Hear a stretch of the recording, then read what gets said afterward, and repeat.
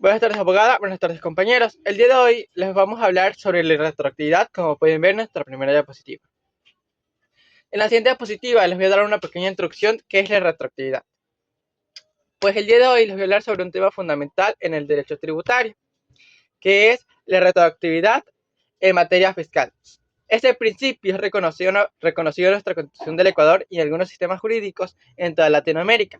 ¿Por qué? Porque tiene que ver directamente con la seguridad jurídica, con la apreciabilidad de las normas y eh, con la protección de los derechos de los contribuyentes.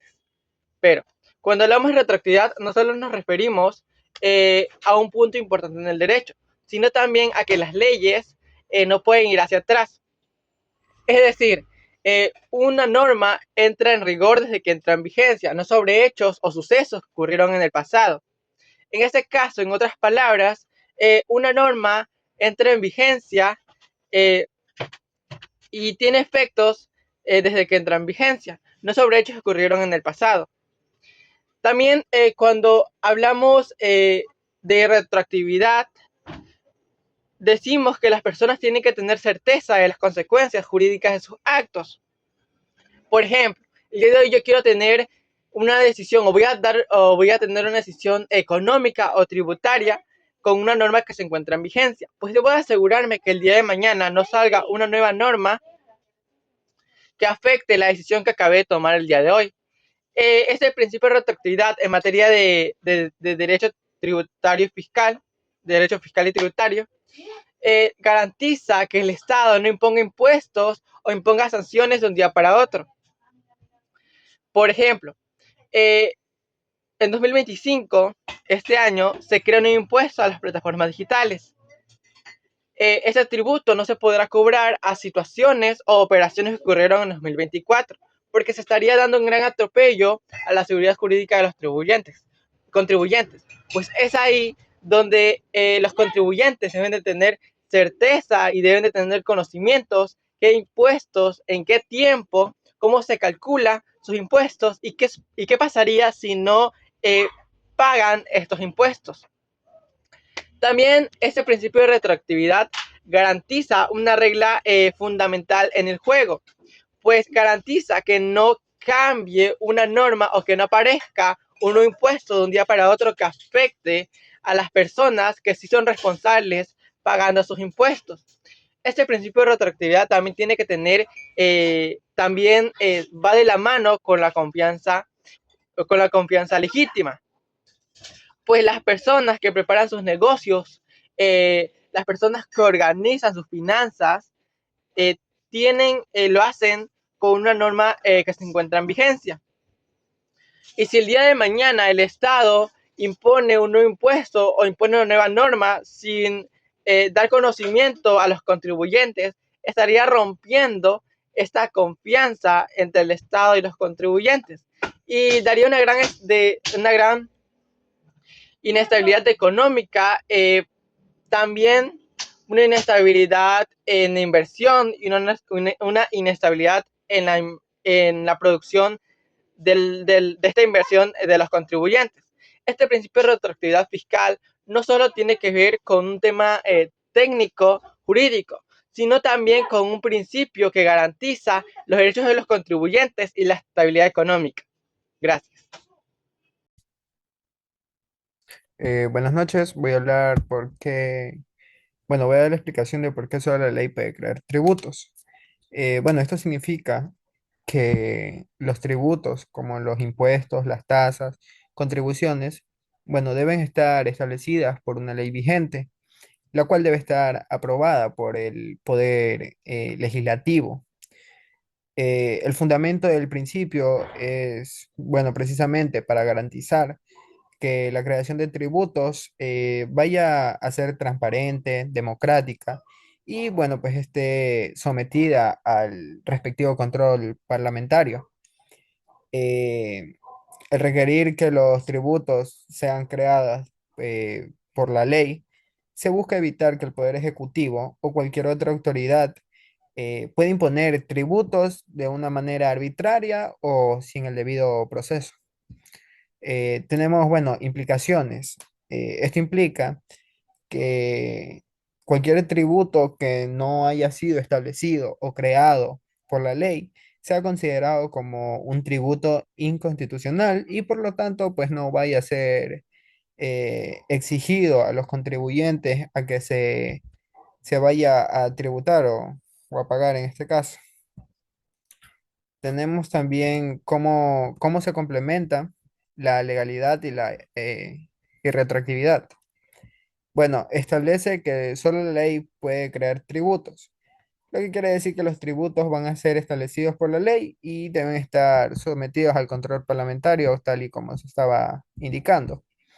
Eh, y por parte de la retroactividad, tenemos que es un principio que establece que las leyes no pueden aplicarse a una situación ocurrida antes de el establecimiento de una ley tributaria, por lo cual la ley debe estar dispuesta o articulada según bueno, para lo venidero, más no debe existir esta retroactividad de derechos o de leyes. La pregunta es cómo se complementan.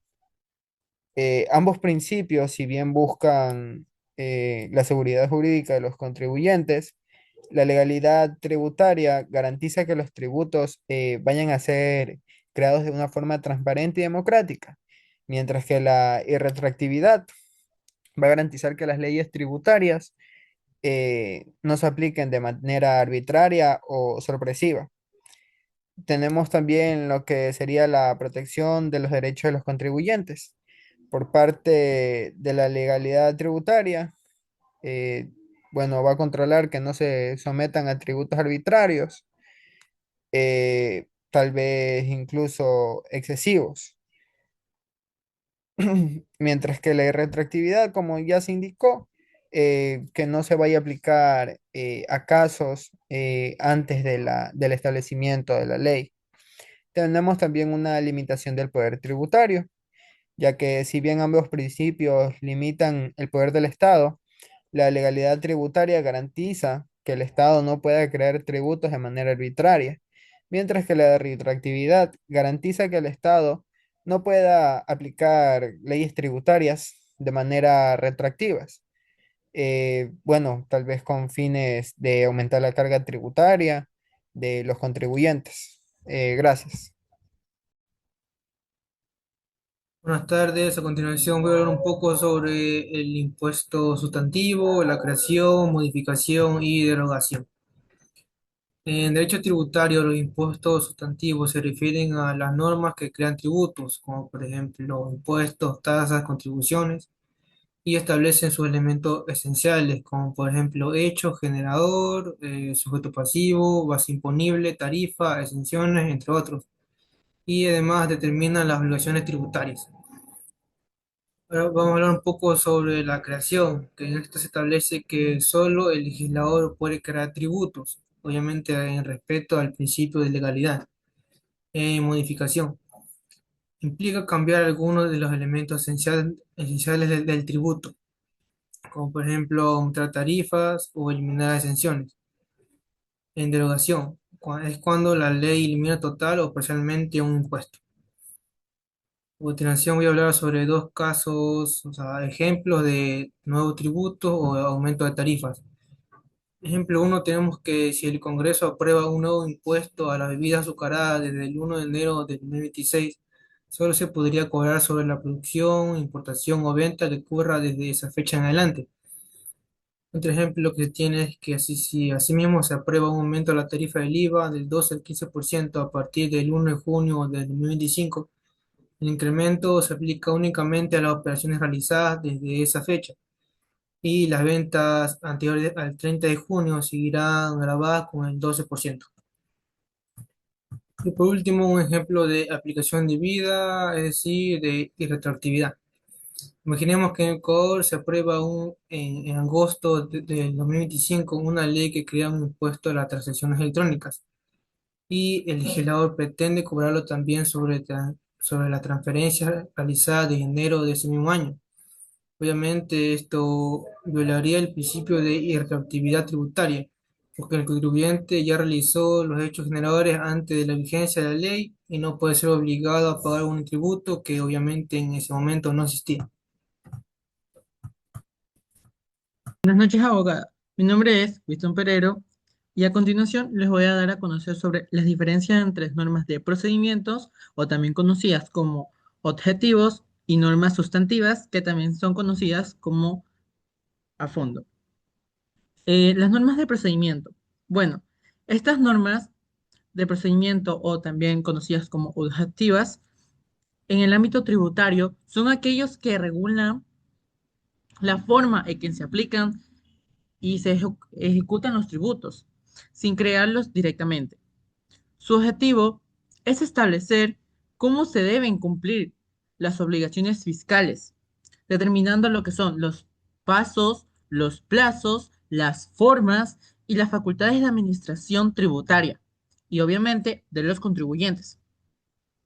Pues estas normas permiten ordenar la relación entre el Estado y los ciudadanos, asegurando que la recaudación de impuestos sea de manera justa y transparente y eficiente. Bueno, a través de ellas se definen los procedimientos de fiscalización, determinación, cobro, notificación, presentación de declaraciones, impugnaciones y recursos administrativos. También busca garantizar la seguridad jurídica y el respeto al debido proceso. También, de modo que los contribuyentes puedan ejercer sus derechos y defenderse al debido proceso frente a las decisiones de la autoridad tributaria. Bueno, en el caso del Ecuador, estas disposiciones se encuentran en lo que son principalmente en el Código Tributario, que establece que los procedimientos aplicables a la liquidación de tributos, la impugnación de actos administrativos, la prescripción de acciones y la imposición de sanciones. Un ejemplo podría decir que la ley establece que todos los contribuyentes deben presentar su declaración del impuesto a la renta el 10 de septiembre de abril o de septiembre de cada año. Este plazo no crea el impuesto porque la obligación de pagar ya está en la norma sustantiva, pero sí regula el procedimiento para cumplir con esa obligación. Quiere decir, si un contribuyente presenta su declaración del impuesto a la renta fuera de la fecha señalada, la administración tributaria puede imponerle una multa conforme al procedimiento establecido según en el Código Tributario. Bueno, las otras normas sustantivas o también de fondo son aquellas que crean, regulan, modifican o extinguen los tributos.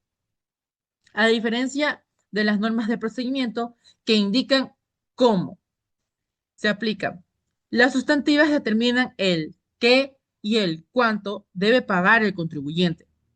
Estas normas establecen los elementos esenciales del tributo, como el hecho de generador, que es el acto o situación que origina la obligación del tributario. El sujeto activo, que el Estado, el que cobra el impuesto. El sujeto pasivo, el contribuyente que es obligado al pago. La base imponible, que es el monto sobre que se calcula el impuesto. Y la tarifa o tipo impositivo, que sería lo que es el porcentaje o cantidad que se aplica para determinar el valor a pagar. Por ejemplo, en Ecuador, la ley régimen tributaria interno contiene normas sustantivas, por decir así, porque define qué es el impuesto a la renta, quiénes están obligados a pagarlo, cuáles son sus exenciones, cómo se determina lo que es la base imponible y qué tarifas corresponden según el nivel de ingresos. Estas disposiciones no dicen cómo presentar la declaración en qué fecha, sino que fija el contenido esencial del tributo. Un ejemplo, la ley establece que toda persona natural que en un año reciba ingresos superiores a $15,000 debe pagar impuesto a la renta, aplicando una tarifa progresiva según su nivel de ingreso. Esta disposición no regula plazos ni trámites, sino que define directamente la obligación de pagar el tributo, quién debe hacerlo, sobre qué monto y en qué porcentaje. Muchas gracias. Bueno, yo les voy a hablar sobre un caso práctico ocurrido en la Corte Constitucional. Este es un caso de inconstitucionalidad contra varias resoluciones del Servicio de Renta Interna. El 15 de enero del 2021, Andrés Fabián Andrade Fernández presentó una acción pública de inconstitucionalidad contra varias resoluciones del Servicio de Renta Interna, SRI, que disponía la suspensión y reanudación de plazos y términos de procesos administrativos tributarios durante la pandemia del COVID-19. La controversia se centró en la fecha de entrada en vigor de estas resoluciones, ya que el SRI disponía que su vigencia sería con su expedición y no con su publicación en el registro oficial. El demandante argumentó que esta práctica vulneraba los principios de irretroactividad, publicidad y el derecho de seguridad jurídica. En cuanto a la irretroactividad y la seguridad jurídica, el demandante alegó que esta resolución era retroactiva al entrar en vigencia antes de su publicación en el registro oficial, lo que generaba incertidumbre para los contribuyentes sobre los plazos y términos. Ambigüedad en el término procesos administrativos. Sostuvo que este término no estaba claramente definido, lo que permitía al SRI continuar con ciertos procesos como la recaudación, mientras suspendía otros, lo que el demandante consideraba que era una interpretación arbitraria. Equidad tributaria. Afirmó que el SRI actuó de una forma inequitativa al extender los plazos para sus propias acciones de cobro, mientras que los contribuyentes debían seguir cumpliendo con sus obligaciones. Falta de justificación para la suspensión. Se impugnó el artículo 2 de la resolución 074 que disponía los plazos y términos para supuestas migraciones a plataformas informáticas, alegando que un hecho programado no puede ser considerado como fortuito o de fuerza mayor. Violación de los dictámenes de estado de excepción. El demandante consideró que el SRI ignoró las condiciones de dictámenes constitucionales sobre estado de excepción. Bueno, la Corte afirmó que la irretroactividad es una regla general en materia de propiedad tributaria, esencial para la seguridad jurídica al evitar que las personas sean afectadas por normas con efectos negativos aplicados a situaciones pasadas. Bueno, en cuanto a la decisión de la Corte, se aceptó parcialmente la acción pública de inconstitucionalidad. Se declaró inconstitucional el artículo 2 de la resolución 074 y se ordenó su expulsión. Se declaró la inconstitucionalidad sustitutiva de los textos en vigencia de la resolución 042 y 048, estableciendo que su vigencia sería después de la publicación en el registro oficial. Se ordenó al SRI difundir la sentencia para conocimiento de los contribuyentes y funcionarios y el Consejo de la Judicatura para la operación judicial. La Corte hizo un llamado de atención al SRI por no respetar los principios constitucionales de vigencia desde la publicación del registro oficial. Se exhortó al SRI a emitir resoluciones aclaratorias del alcance del término procesos administrativos tributarios.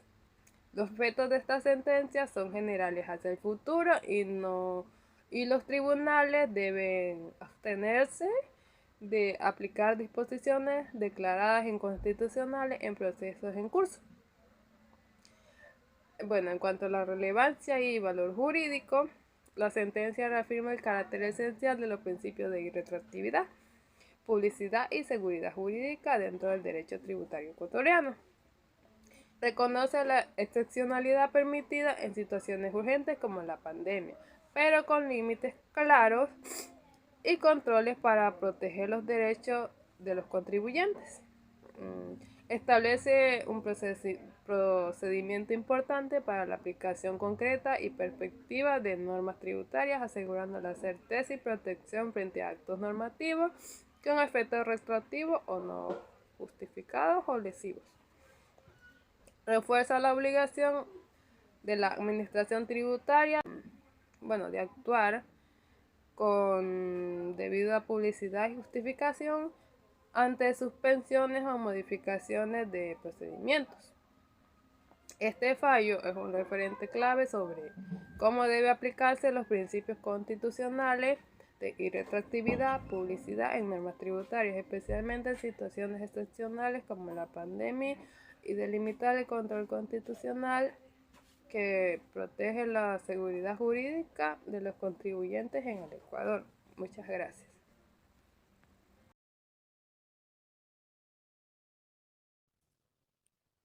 Bueno, yo les abordaré el tema de impacto de la irretroactividad en la seguridad jurídica y en la confianza del contribuyente.